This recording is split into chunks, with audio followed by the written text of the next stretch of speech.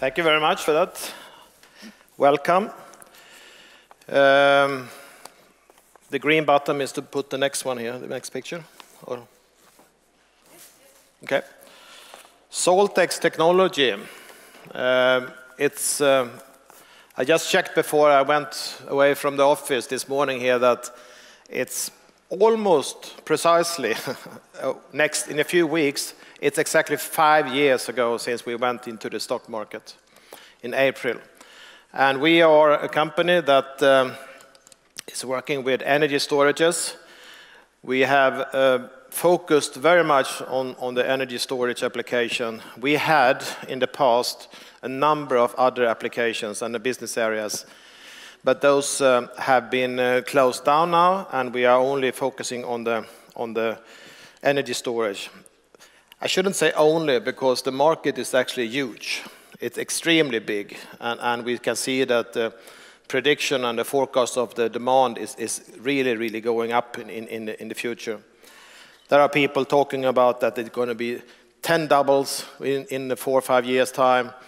And we know for sure that we are in the beginning of this journey of energy storages because of the fossil-free installations are increasing rapidly and all those things. And that's why we have a big need to supply the energy storages. We have also seen that because of the new renewable installations in wind and sun mainly, there is a lot of ups and downs, peaks and volatilities in the energy prices. And last month in February, it was the first time whatsoever we had negative prices in Sweden and in Finland also, as a matter of fact. And that would have been the ideal situation to have an energy storage to load the batteries, so to say, load the salt in this case, when we have negative prices, to get money when you are charging the batteries. That's very good. But that's only one little occasion, but I think this will happen more and more in the future, because the changes are really going on out there. We can see that very, very clearly.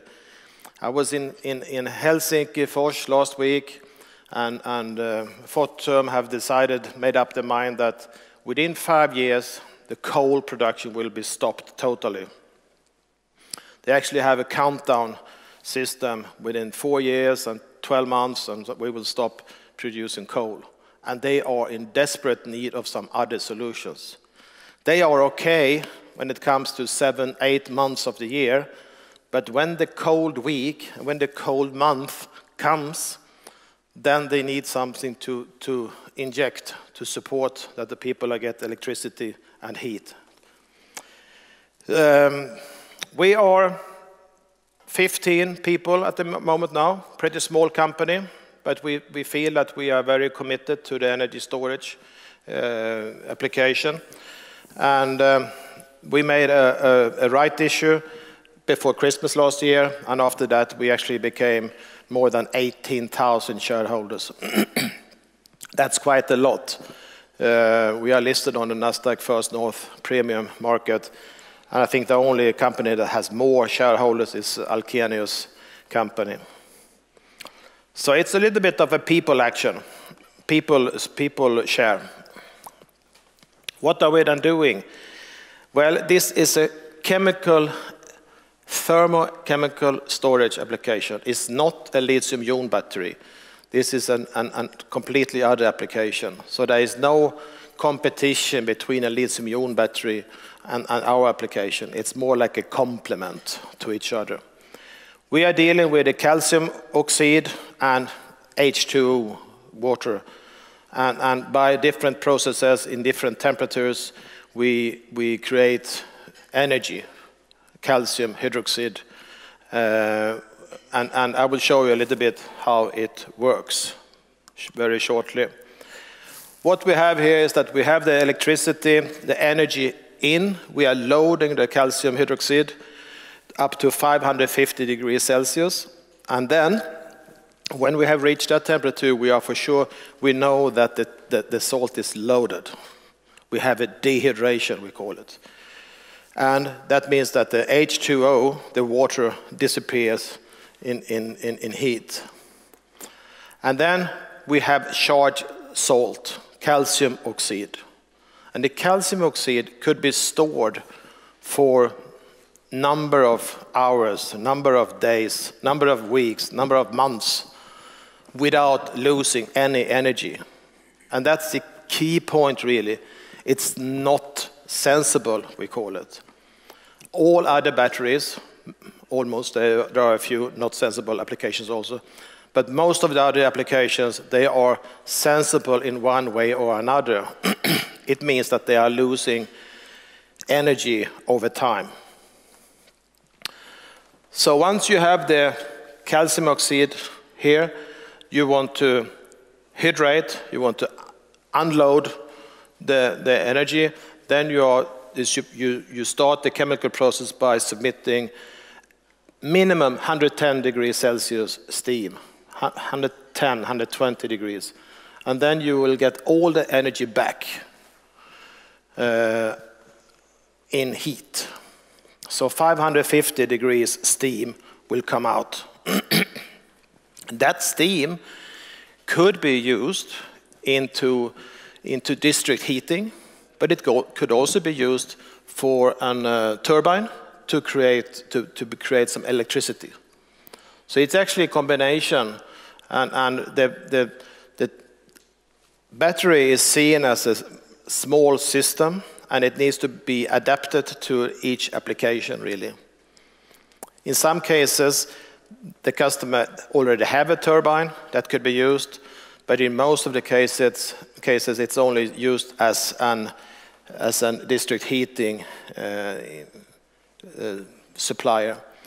So the installation we have in Berlin at Vattenfall, for instance, we are then taking out the 550 degrees Celsius steam, but we take it down because of the district heating system cannot handle more than 120 degrees Celsius.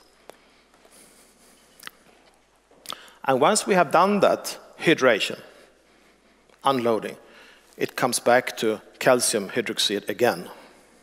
So it's a circular thing here. It goes around as often as you want. And again, it depends on the application. The extreme is the seasonal storages. The other one is maybe that you charge and uncharge on a weekly basis, something like that. If you go down into more frequent cycles, loading, unloading, you can do that, but you should preferably use lithium-ion battery in that cases. So it's a complement to each other. This picture actually describes the whole company with a number of very, very important issues here. First of all, is, as I already said, I think 550 to 800 degrees Celsius. We need that temperature to get the chemical process going. That's very important. We also know that there are a lot of waste heat in the industry today that have this temperature that could also be used as to charge the salt. We have a pretty high energy density in between 500 and 600 kilowatt hours per ton. And it's actually 4 times, almost 5 times better than if you compare it with the concrete storages, for instance. There is a company in Germany that have built a very big Vulcan stone storages, 1,000 ton Vulcan stones, and they have drilled channels into this and trying to store. They're actually doing it, but it's so big. It's extremely big, and since we have 5 times better density here, we could only use, in this case, 240 tons of salt. This one is much, much bigger. It's scalable. It's independently scalable. It could go up from 1 megawatt up to 100 megawatts pretty easily. And the new thing, for those of you who have heard me before, and I heard SaltX before, the new thing is really that we have now gone into the transportation business also, you can say. It's transportable. And what I mean by that is actually that it is the battery, the salt, could be charged if you have a lot of waste heat in a heavy industry, metal industry, pulp and paper industry, could be charged into calcium oxide. And after that, it could be transported to a place that are maybe using oil or something else, peat, to charge a temperature in a district heating. And then once, we call it POC and POD, point of charge, point of discharge. And once you have used the pod, the energy, you can actually take it back again to charge it again. There's a transport issue here, but there are plenty of ships and boats that are doing this already today in the concrete business. Concrete is actually calcium oxide, same thing. The storages, I said 1 hour to 6 months here, it could be longer also. And that's the beauty with this whole application. We are very much unique here in this situation. It's all natural. There are plenty of salt out there in the nature that could be used in this case, especially when the trends are going into biofuel, to cars and to airplanes and all those things. There are people working with this. They need the forest sources, so to say, and we could then take away the pellets and all those other things and deliver salt instead. It's robust, and there is no risk for corrosive things that should happen. And what we think is economical, but it needs to put into the system. It needs to take care about the heat and all those things that we're doing in the batteries. This is actually the pilot plant in Berlin, as we have done. It's almost 1 year ago now, in April 2019. Harald Bauer could be seen here as the CFO. He's sitting in the front row here also, together with Markus Witt, who is the heat manager in Vattenfall. And this was the first pilot installation that we have done in full scale. And the reason we did this was actually to prove the concept that the salt is actually doing the right thing for us. What we were afraid of is that it could have agglomerate, been clumping it together, but it didn't. So it worked out very well. So we get what we call a system efficiency, round-trip efficiency in this process, as I showed you earlier, of 85%. And that's something we are very proud of also that we will reach. We are on a technical readiness level at 6, which means that we are not ready yet. We need to optimize this installation, which means we need from a technical performance, but also from a cost point of view, we need to find more efficient way of charging the salt. We are getting into more and more into what we call the fluid as bed application. In Berlin, we have a heating screw that actually are heating up the salt. The ecosystem is running like this, that we have salt producers. We are talking to Nordkalk and to Wacker. That is actually doing the nano coating for us. This is the unique part, the nano coated salt. And it's a top secret recipe here. And they are doing that. And we have to the top here, we have the OEMs, what we call the OEMs. They are the people that actually produce the reactors, the charger and the uncharger. Very important. That's a noble part of the whole installation. And then we have the equipment, procurement, construction, EPCs that are actually building the installation. And we have the off-takers. Sometimes the EPC could be the same as the off-takers. And that's, today we have 3 actually agreements with EPCs. That's Inarco in Spain and the southern part of Europe. Steinmüller in Germany and Shanglian in China. They are working to design their energy storage. I don't know how I made it in time, but that's, I think, it. Thank you very much. Please enter the stage, center stage with me. We have some questions here from the app. One is posed like this. You said that the whole energy comes out as 550 degrees steam. Really? 100% efficiency. The Berlin plant was 85 so far. That depends. When we charge the salt, it disappears a number of power, yes, but that steam could be used when we are uncharging the batteries later on. So it's not 100%. That was a misunderstanding then, or unclear described from my side. We have a round-trip efficiency of 85%. That's the figure. That's the one you stated in the Berlin plant too. Yeah, yeah. Which are your most viable applications? Another question. The most viable applications. I wouldn't know really. I mean, we are creating a market here. We are looking into various applications, and we know that there are a number of challenges wherever we go. But the main thing is that we actually have to do the full-scale installations in reality and take the lessons learned from that. I can't really give any points in a scale that who is more violent than the other one. You were looking at, there was a plant being built in China, you said, and one was in Germany? Those plants have not been built yet. They're in the process. They're in the process. We released a press release yesterday that we have delivered the salt to Shanglian in China.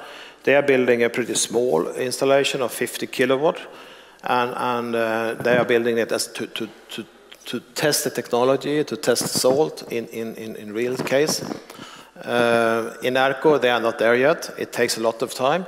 I mean, this is not an iPhone battery that you just plug in and you do it. You have to make a lot of engineering, and you have to a lot of testing and calculations and all those things before you can actually use this Speaking battery. of time, when was this innovation, when did it come to life the first time? How was it?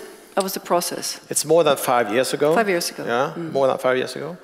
And we have used the technology in various other applications, in sun cooling industry. We have used it in other heat boosters application, all those things.